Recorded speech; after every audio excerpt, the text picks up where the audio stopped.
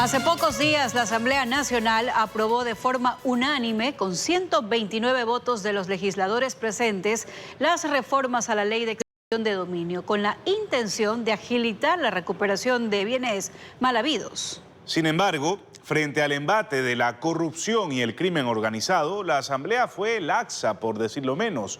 Las reformas tienen una especie de candados que más bien bloquean la intención mayor, la de extraerle bienes a los corruptos y criminales. Lenin. Fernando, Samantha, lo vamos a revisar con la doctora Catalina Carpio. Ella es abogada, máster en prevención de lavado de activos y financiamiento del terrorismo. Sus estudios se desarrollaron entre Ecuador, España y Estados Unidos. Doctora, buenos días, bienvenida a Contacto Directo. Buenos días con todos, Lenin. El pasado 8 de febrero, pues la Asamblea Nacional, como ya se dijo, aprobó las reformas a la Ley de Extinción de Dominio y con este nuevo texto se podría decir, ahora sí, que los bienes de los mafiosos, de los criminales, están en riesgo. Bueno, aquí hay que dividir. El tema es que es la extinción de dominio para los bienes, como usted bien lo dice, de la criminalidad, ¿no? Pero también los bienes producto de la corrupción, y ahí viene la diferencia. Porque si bien es cierto, se dejó de un lado, se abrió el candado que existía de una prejudicialidad, es decir, que debía haber una sentencia penal previa para poder dar paso al proceso de extinción de dominio, ¿no es cierto? Eso solo se eliminó para los bienes cuya propiedad es del crimen organizado, de los grupos que han sido declarados terroristas y de las personas que están vinculados con el crimen organizado. Pero los corruptos no están campantes, ellos todavía necesitan una sentencia ejecutoriada, los autores de cohecho, de peculado, pues adquieren propiedades aquí, en el extranjero, como hemos visto, y no les pasará nada. Así es. Y además de eso, el tema es que el lavado de activos también está incluido en eso, ¿no? Y el tema sí es grave porque ya de por sí el proceso de lavado de activos, hay muchos en investigación, la Fiscalía está llena de casos, pero resolver un caso de lavado de activos toma tiempo y no está incluido en esta excepción que las reformas que existen. Entonces, lo que va a pasar, Lenin, es que, le voy a poner un caso concreto. ¿Qué va a pasar con los procesos de peculado, concusión, cohecho, enriquecimiento ilícito, lavado de activos, enriquecimiento privado no justificado, donde el acusado fallece en la mitad del proceso, no hay sentencia, ¿sí? Fallece, como es una acción penal, termina la acción con la muerte de la persona. Supongamos que no hay más investigados en ese caso y se aplica la sucesión. Si es que ha habido bienes, ¿no es cierto?, heredan, ¿no es cierto?, los hijos o las personas que tengan que heredar y se consolida la propiedad. Y ya no va el Estado a poder recuperar, aunque sepa que esos bienes son de origen ilícito. Como no hay un proceso penal en última instancia con una sentencia de cosa juzgada, no van a poder extinguir el dominio. O sea, esa es la gravedad Doctora, del tema que tal vez... Sí. Lo grave es que todo esto que usted plantea se lo dijo en la comisión, se les explicó en detalle a los legisladores de la comisión. Y conociéndolos, sabiéndole, habiéndoles explicado en detalle los peligros, las consecuencias de dejar por fuera todo este abanico de delitos relacionados con la corrupción, lo hicieron conscientemente. ¿Qué significa esto entonces? Bueno, eso sería de preguntarle al señor Kronfle, ¿no es cierto?, y a su vicepresidenta, que fotos de redes sociales salieron que festejando la promulgación de esta ley. Sería preguntarle qué festejaban, porque para la mayoría de los ecuatorianos honestos, que estamos ya hartos de la corrupción, esta ley no ayuda, no compensa. Y no solo en eso, quiero explicarles tal vez algo que no vieron anteriormente. Adelante. El rato que se extingue del dominio y ya vamos a dejar a un lado todo el proceso engorroso que es. Esta ley menciona que quien va a administrar es la entidad que administra los bienes del Estado, en este caso inmobiliario.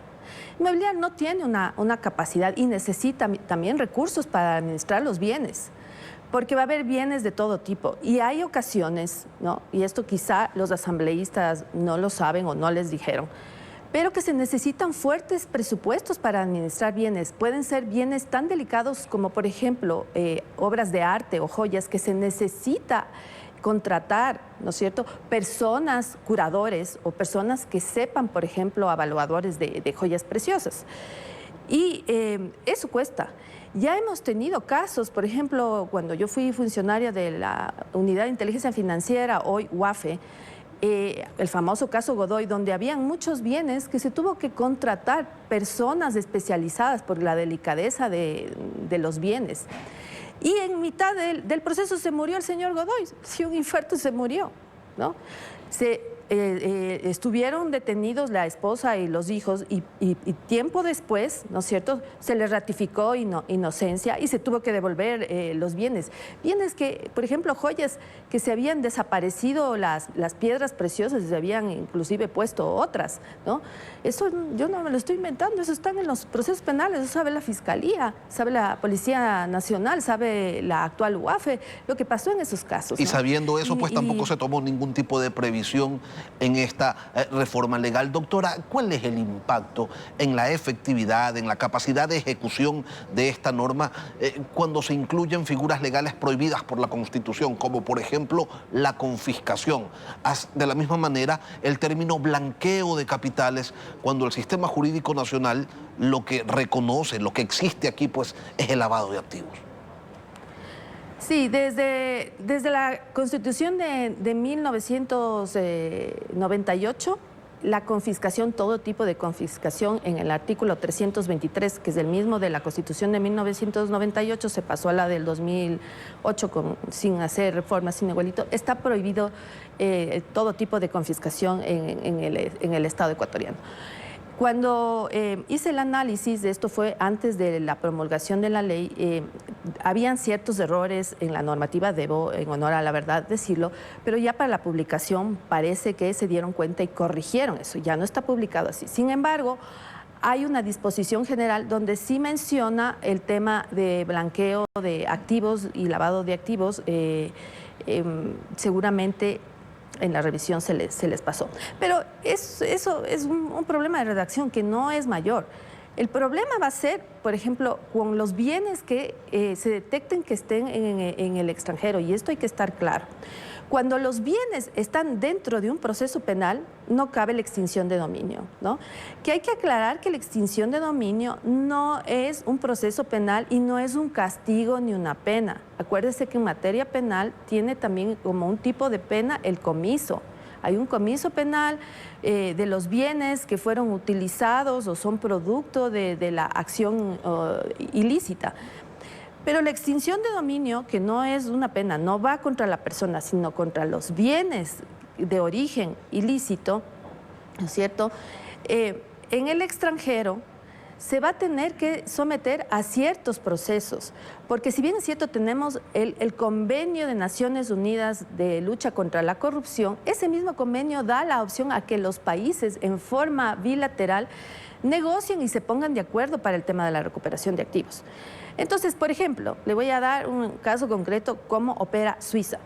Suiza devuelve, cuando son fondos públicos malversados, Suiza, por lo general, sí devuelve casi el 100% de esos fondos. Cuando no son fondos que vienen de recursos públicos, sino de criminalidad, el Estado tiene, el Estado víctima, que así se llama en el lenguaje, tiene que demostrar, ¿no?, a Suiza para que sea devuelto, pero esos fondos están exentos de impuesto a la renta y cuando hay que hacer una recuperación de activos, en este caso de criminalidad, ¿no?, por ejemplo, Suiza tendrá que hacer una liquidación, ver cuánto es lo que se tenía que pagar por impuesto a la renta, se va a retener esos fondos. los gastos y todo eso, y el resto devolverá al Estado que está solicitando. Pero previamente debe haber acuerdos y según esta ley, los acuerdos los tiene que hacer la entidad que está encargada de la administración de bienes. Ni siquiera dice el Ministerio de Relaciones Exteriores. Me imagino que ayudará el Ministerio de Relaciones Exteriores, pero tendrá que ser la actual inmobiliaria, o como se llame actualmente, que firme los convenios. Una Doctora, vez que, por ejemplo, la UAFE ubique dónde están los bienes, la UAFE está dentro del grupo Egmont, que es el grupo de las unidades de inteligencia a nivel mundial, que es, ellos operan mucho más rápido para el tema de cruce de información y de recuperación de activos, ¿no? Que la asistencia penal internacional se demora un poco más. Ahora, usted Entonces, plantea el una vez que ejemplo se de Suiza, con Suiza hay la posibilidad de recuperar activos. Con Estados Unidos no, Estados Unidos no devuelve nada, de ellos se quedan pues con todo. Y yo lo que le quería preguntar, doctora, es el trabajo de recuperación de bienes mal habidos, luego de estas reformas, luego de esta ley, ¿es más o menos sencillo? Va a ser igual de complejo la recuperación de activos del tema de corrupción. Obviamente hay que reconocer que ahora van a ser 80 años, ¿no es cierto?, que se va a tener para recuperar. Todos los que estamos aquí, ninguno va a vivir 80 años, entonces eso quiere decir, y como es un tema de extinción de dominio, siempre y cuando sea del crimen organizado o haya una sentencia penal ejecutoriada en última instancia, se tendrán 80 años para poder recuperar, que se cuentan desde la adquisición del bien. Y obviamente en el caso de que estos bienes se hereden, pues la buena noticia es que esas personas que heredaron bienes de origen ilícito, siempre y cuando haya una sentencia en firme, o sea, del crimen organizado, vivirán con la posibilidad de que les extingan el dominio de eso, ¿no? Pero ahora quiero también hacer caer en cuenta el tema de la recuperación. Brevemente, doctora, por favor. Cuando se recuperen los bienes y se moneticen, va prácticamente a proyectos sociales, ¿no?, ese dinero. Pero ahí debieron haber contemplado que para administrar los bienes, mientras no se vendan, se va a necesitar fondos para administrar. Y eso es costoso y, como les dije, personas especializadas que puedan administrar los bienes. Y además debió también haberse contemplado, que sí estaba en el proceso anterior, que ese dinero también vaya a las entidades como la UAFE, la Fiscalía, que necesitan inteligencia artificial y tecnología para poder recuperar los bienes. Leyes con vacíos, con unas profundas cavidades pues, de las que se van a aprovechar seguramente los corruptos y los criminales para continuar en su fiesta. Leyes ecuatorianas, al fin y al cabo. Doctora Catalina Carpio, experta en prevención de lavado de activos, yo le quiero agradecer por acompañarnos hoy aquí en Contacto. Muchas gracias, Lenin.